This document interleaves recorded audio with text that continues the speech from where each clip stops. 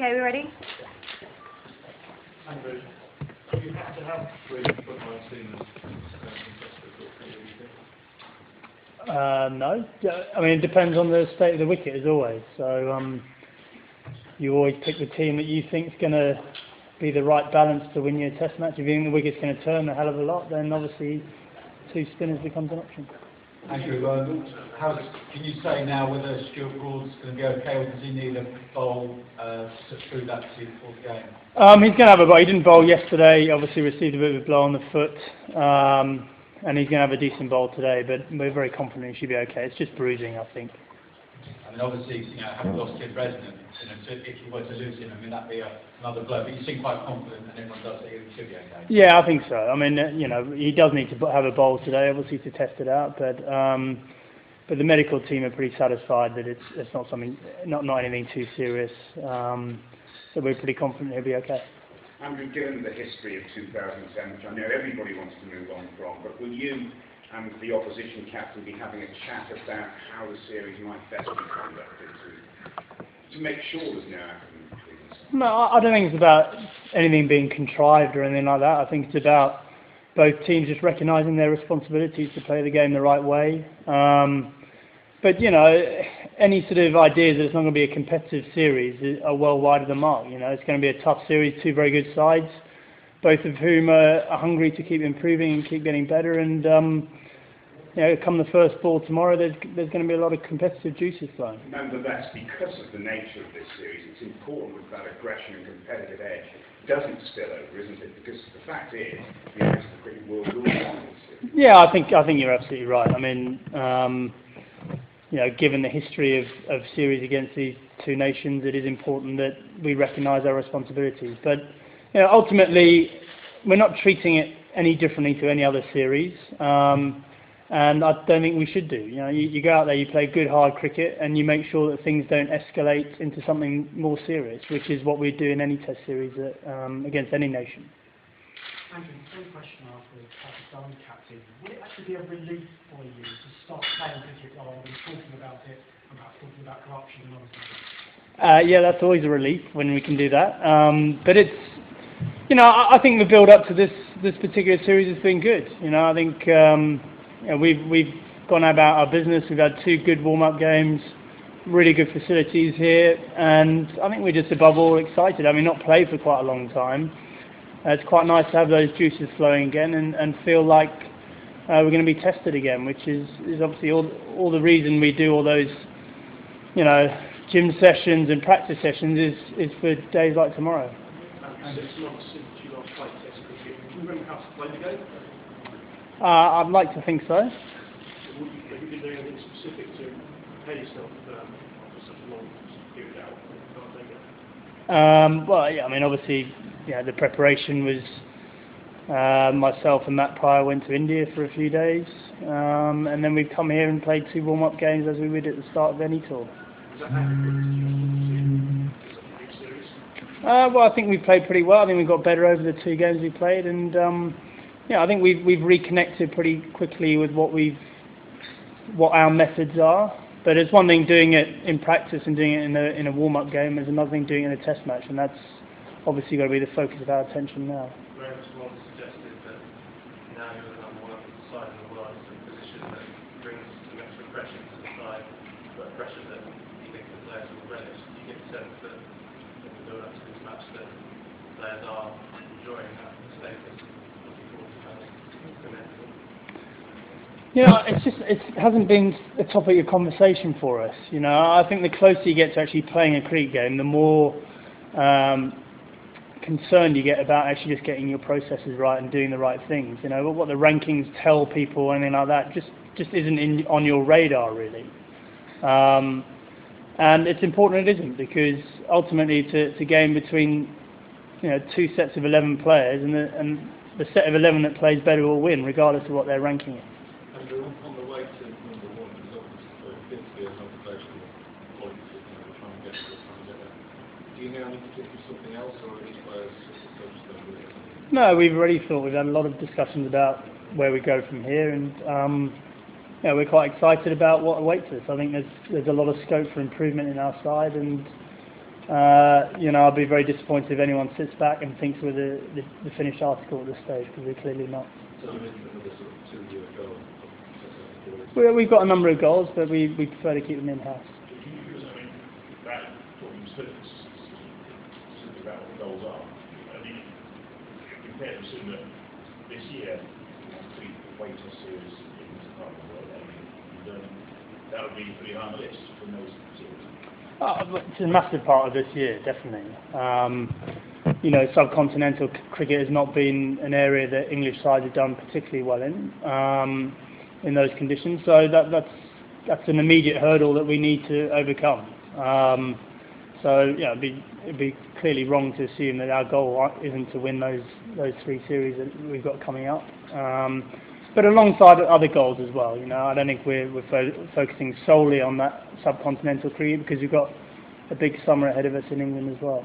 Because 2011 was a very good year on the Ashes, number 1 goal, and it needs to be team lead, all that sort of stuff goes back later.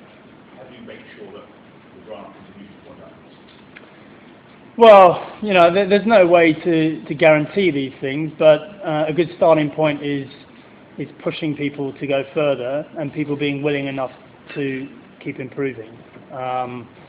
You know, we all know that if you remain stagnant for any period of time, then other teams will catch you and pass you. So it's very important for myself and Andy Flower and the rest of the side to keep pushing ourselves to get better, and also to keep learning from every experience we have, to keep learning from it, keep it in the locker, and use that at a time that we need it in the future. So, you know, it's all about desire and motivation and hunger, and I'm very confident we've got a lot of that in the dressing room. I mean, you have 2 good warm-up wins and Pakistan have come here a little bit colder. Do you see that this first test might be your best chance to strike a significant blow in the series?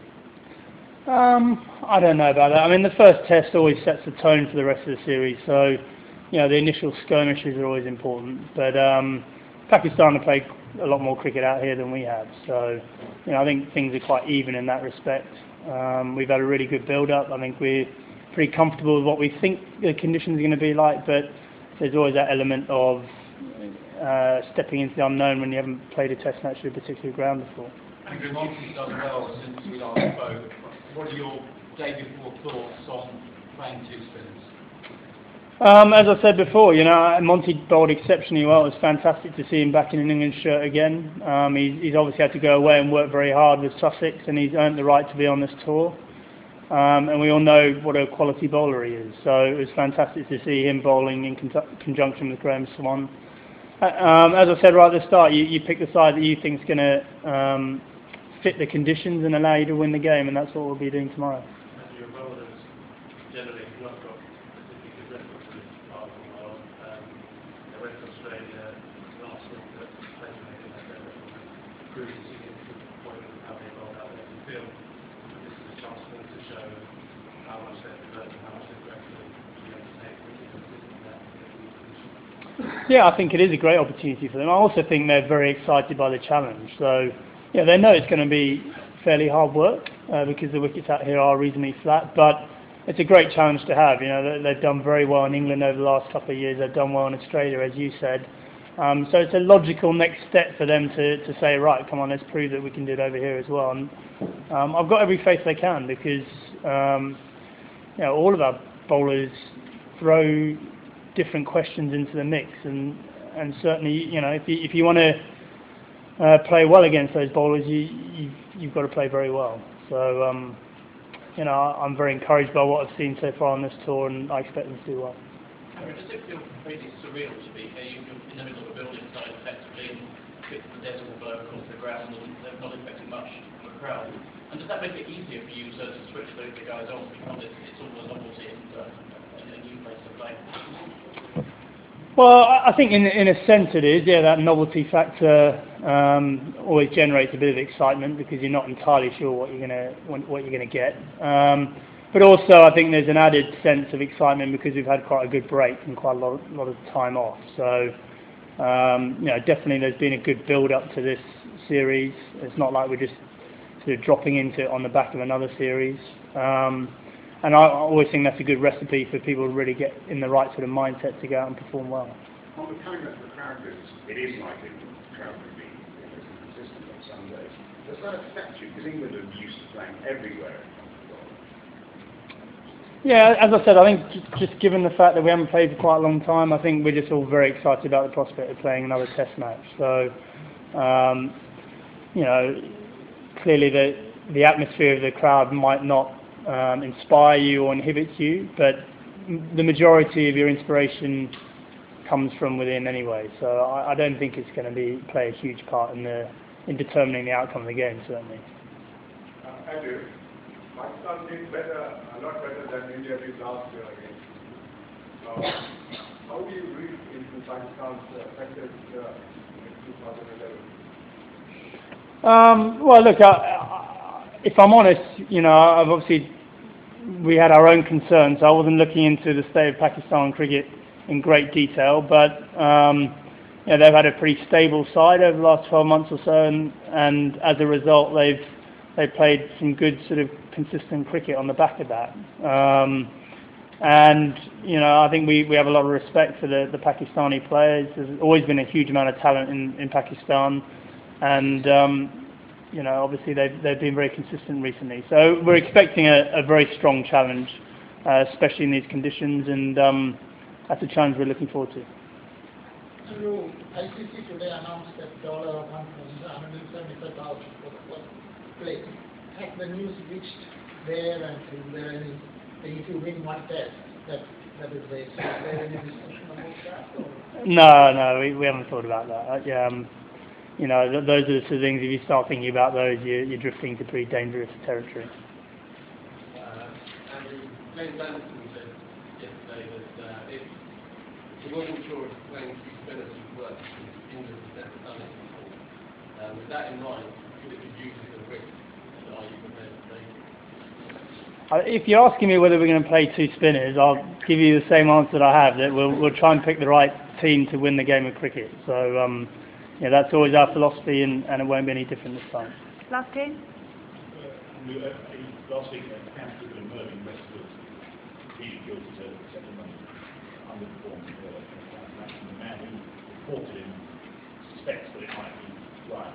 From your experience, across more than 10 years of Campbell, do you have any evidence or suspicions or fears that this sort of thing might be happening on a more widespread scale? Well, I must admit, it took me completely by surprise when the allegations first came out, and I've certainly not witnessed anything in my time. But, you know, I think let's not be arrogant and just assume it's not there, because clearly there has been an incident, and if one's appeared, then there's a fair chance there's been others as well. So, you know, I think the ECB have provided an amnesty for players to come forward in the next 3 months, and I'd urge them to do that if they have got any information, because we need to root it out. If it is there, we need to root it out, get it dealt with, and move on. And you know, if you want world cricket to be in good order, then you've got to make sure your own house is clean first. Do you think the educational program, both for international players and county players, is strong enough that it provides the right sort of warnings? Well, I think there's a lot more awareness now. Yeah, and certainly on the back of what's happened over the last couple of years, I think there is more awareness. But it's something we've got to be always vigilant about, you know. There's obviously heavy schedules, both internationally and domestically, and with heavy schedules, there's always the opportunity there for people to think that a game is less important than another, and therefore they might be able to benefit from it. So, you know, as I said, I think we're going to concentrate on trying to keep our own house in order, both the ECB with the domestic game and obviously in the England team as well. Last question. Actually, my angle is just related to that, and obviously that amnesty came out since we last spoke to you. Just, you think that's a good thing, that's a step in the right direction to try and sort of clean it up that kind of? Well, look, as I said, I've got no idea if other players do have information or not, but I urge them to come forward if they do, because if there is a problem there, we need to see what the extent of the problem is and then take steps to clean it up. So I think it's a good initiative from the ECB, and this is not a time where you should be kind of showing loyalty to teammates or friends or people you know. This is a time to do what's right for the game of cricket. Thank you. Cheers.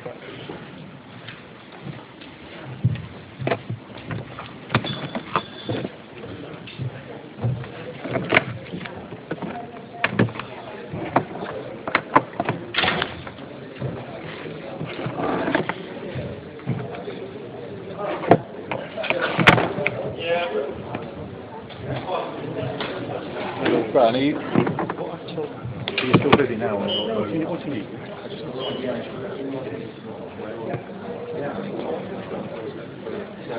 I don't know how many bargaining armies will expect it. In terms of tickets available on the gate, and so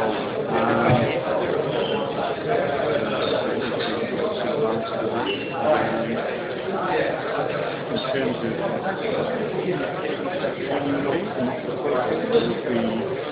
we got 3 or 4